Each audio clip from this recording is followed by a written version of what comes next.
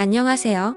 몇 년 된 이야기지만 아직도 기억에 깊게 남아서 한번 사연으로 이야기해 보려고 합니다. 군대 갔다 와서 복학을 하고 평범하게 학교 생활을 하고 졸업을 몇 개월 앞둔 시점이었습니다. 그때 무슨 헛바람이 들었는지 배낭 여행을 훌쩍 떠나보고 싶었습니다.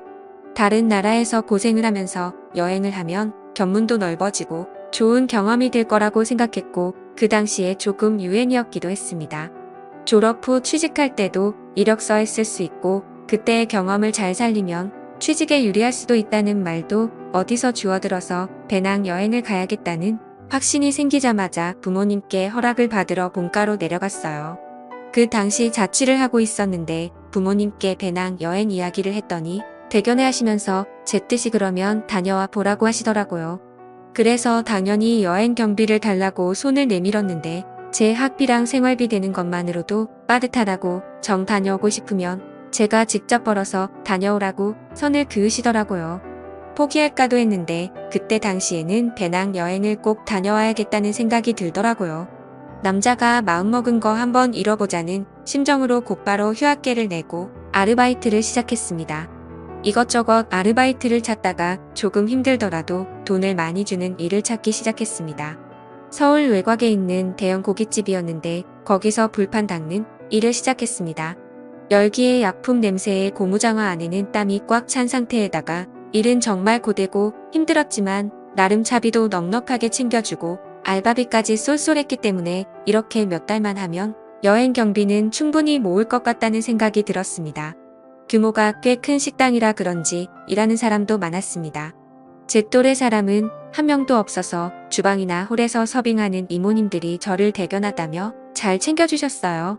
젊은 학생이 하기엔 힘든 일인데 요즘 보기 드문 청년이라면서요.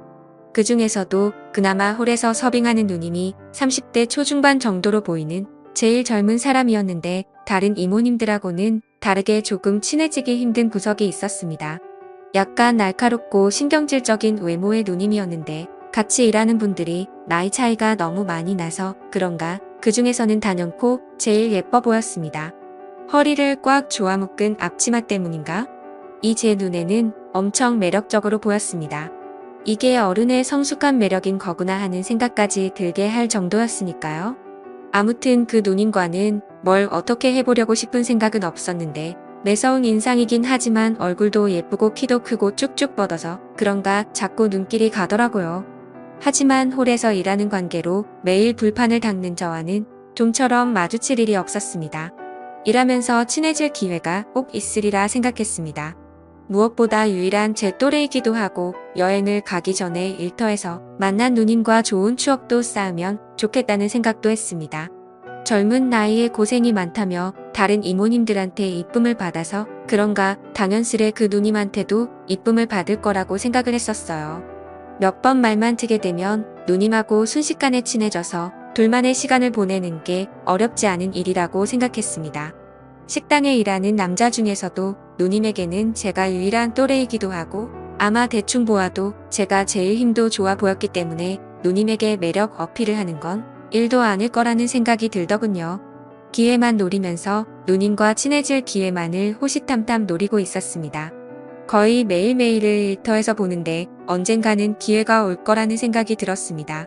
그나마 일하는 사람들이 대화를 주고받을 수 있는 때가 있는데 그건 점심에서 저녁으로 넘어가는 시간에 다 같이 모여서 먹는 식사 시간이었습니다. 여행까지 얼마 남지 않은 시간 동안 빨리 작업을 걸어야겠다는 생각이 들어 그날 점심에는 작정하고 그 누님의 맞은편 자리에 앉아서 밥을 먹었습니다. 누님은 벌써 밥을 먹고 있었는데 앞자리에 제가 앉는 걸 눈치챘는지 눈만 흘깃하면서 제가 앉는 걸 확인하고는 별로 신경도 쓰지 않고 식사를 계속하더군요. 생각보다 차가운 누님의 반응에 의기소침해졌지만 이대로 포기할 제가 아니었습니다. 제 소개를 하면서 살갑게 인사를 건넸는데 돌아온 반응은 더욱더 차가웠습니다. 그녀는 저에게 말 걸지 말고 조용히 밥이나 먹으라며 대화 자체를 거부하더군요. 괜히 뻘쭘해져서 아무 말도 더 붙이지 못하고 그 자리에서 식사만 했습니다. 그런데 오히려 그 누님이 저를 무시하는 듯하는 차가운 반응에 저도 모르게 마음 안구석이 뜨거워지더군요. 저를 살짝 무시하며 짓누르는 듯한 태도가 오히려 그 누님을 정복해보고 싶은 욕심이 차올랐어요. 밥을 먹으면서 저런 태도의 누님을 굴복시켜 넘어뜨릴 생각을 하니까 짜릿해졌어요. 그 뒤로도 매번 틈 만날 때면 누님의 근처를 어슬렁대면서 말을 한번 붙여보려고 노력해봤지만 누님은 언제나 철벽을 치면서 저를 상대도 해주지 않았습니다. 오히려 저를 무시하고 헛소리 말고 일이나 똑바로 하라는 등 저에게 독한 말을 하면서 계속 저를 찍어 눌렀어요. 누님이 그렇게 저를 대할 때마다 끓어오르는 그 이상한 느낌을 참아내기에 점점 힘들어졌습니다. 그 차갑고 성숙한 미모가 오히려 그런 독한 성격과 더 잘 어울린다는 생각이 들었습니다. 이제는 누님과 친해져서 어떻게 기회를 노리는 게 아니라 그 누님이 저 없이는 견딜 수가 없도록 정복해버리고 싶었습니다. 비록 불판이나 닦는 허드렛 일을 하지만 기회만 있다면 할 수 있겠다는 자신이 있었습니다. 하루는 누님의 의외의 모습을 발견했습니다. 잠깐 저녁으로 넘어가는 늦은 점심시간. 평소보다 조금 바쁜 하루를 보냈습니다. 점심때는 손님이 많이 없는 편인데 그날따라 점심 손님이 많아서 점심부터 불판을 닦느라고 지치더군요. 한 바퀴 돌고 나니 더 이상 몰려 들어오던 불판도 줄어들어서 땀에 찌든 몸을 좀 식히려고 밖으로 나와 숨을 돌리고 있었습니다. 땀 좀 식힐 겸 해서 주변을 산책하고 있었는데 저쪽 구석에서 누님이 쪼그려 앉아서 뭔가를 하고 있는 걸 발견했습니다. 다른 사람이면 그냥 지나쳤겠지만 쪼그려 앉아있는 뒷모습마저 엄청 매력적인지라 그냥 지나갈 수 없었습니다.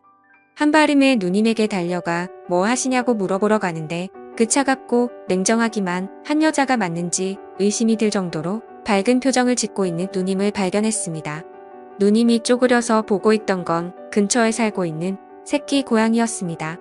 마감 시간마다 와서 손님들이 먹고 버린 고기를 얻어먹는 녀석인데 꽤나 귀여워서 일하는 사람들의 이쁨을 받고 있는 녀석이었어요.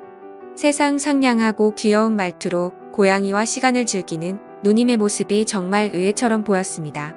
제가 가까이 다가가니 누님이 흠칫 놀라며 다시 차가운 표정으로 돌아왔지만 고양이를 보듬어주는 손은 멈추지 않았습니다. 이 고양이로 말을 걸면 누님하고 친해질 기회가 생길 것 같아 저도 고양이랑 친한 척을 하면서 같이 장난을 쳤습니다. 고양이가 평소보다 더 애교를 부리면서 앵기는데 누님이 저에게 먼저 말을 걸어왔습니다. 얘 다리를 다친 것 같은데 라고 하더라고요. 누님의 말을 들으니 고양이가 다리를 절뚝거리는 게 정말 다친 것처럼 보였어요. 엉성하게 걷는 고양이의 모습을 보니 누님이 걱정이 많이 되는 듯 보이더라고요. 저한테는 관심을 하나도 안 보이면서 고양이만 챙겨주는 모습을 보니 오늘도 글렀구나 싶어서 다시 일할 장소로 가려고 몸을 일으켰습니다. 준영씨 혼자 산다고 그랬지? 준영씨가 이 고양이 좀 맡아줄 수 있을까? 다리를 많이 다친 것 같은데 다시 풀어주다래도 병원에는 데려가 보는 게 좋을 것 같은데. 준영씨 그래 줄 수 있어? 누님이랑 이렇게 길게 대화해 본 적도 없는 것 같습니다. 누님의 의외의 모습에도 놀라기도 했지만 대뜸 이런 부탁을 할 줄은 생각을 못했어요. 털 달린 짐승이라면 질색을 하는지라 거절하려고 했는데 문득 이 고양이를 집으로 데려가면 제 혼자 사는 집에 누님을 끌어들일 수 있지 않을까? 하는 생각이 번뜩 들더라고요. 누님의 부탁이라면 뭐든지요라고 말하면서 점수 좀 딸겸해서 알겠다고 말했습니다. 누님은 무슨 대답을 그렇게 하냐며 저에게 다시 차갑게 반응했지만 저에게 조금 신세를 진 듯한 태도를 보이기 시작하더라고요. 고양이를 데려간 그날부터는 누님이 고양이는 적응을 잘하냐면서 먼저 말도 걸어오고 아무래도 고양이가 복덩이였습니다. 마주 앉아 먹던 밥도 고양이 근황을 보여준다는 핑계로 나란히 옆에 앉아 먹게 되었습니다.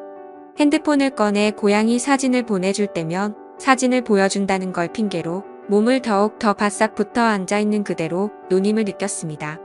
고깃집에서 일해서 몸에서 숯불 냄새가 날 텐데도 은은하게 퍼지는 샴푸 향기에는 정신이 아늑해졌어요. 기센 여자인 줄만 알았는데 여성적인 매력이 물씬 풍기는 누님의 모습 때문인지 그녀를 향한 마음이 날이 갈수록 더 커지기 시작했죠. 고양이 다리가 완전히 다 나은 것 같을 때쯤 이때가 아니면 더 이상 기회가 없다는 생각에 저도 좀 더 과감해지기로 했습니다. 고양이 구경을 오라는 말로 누님을 저 혼자 사는 방으로 초대를 한 거죠. 누님은 안 될 것 같다는 반응을 보이면서도 고양이가 너무나도 보고 싶었는지 고민하는 듯 하더니 결국 토요일 저녁에 장사가 끝나고 나서 오겠다고 하더군요. 괜히 누님이 온다는 말에 설레어서 집 청소도 몇 번이나 하고 생전 켜보지도 않는 향기 나는 촛불까지 사서 분위기도 내보고 해봤습니다. 하루가 10년처럼 길더니 결국엔 누님이 오기로 한 당일이 되었습니다. 앞치마를 푸른 누님의 모습은 더 아름다웠습니다.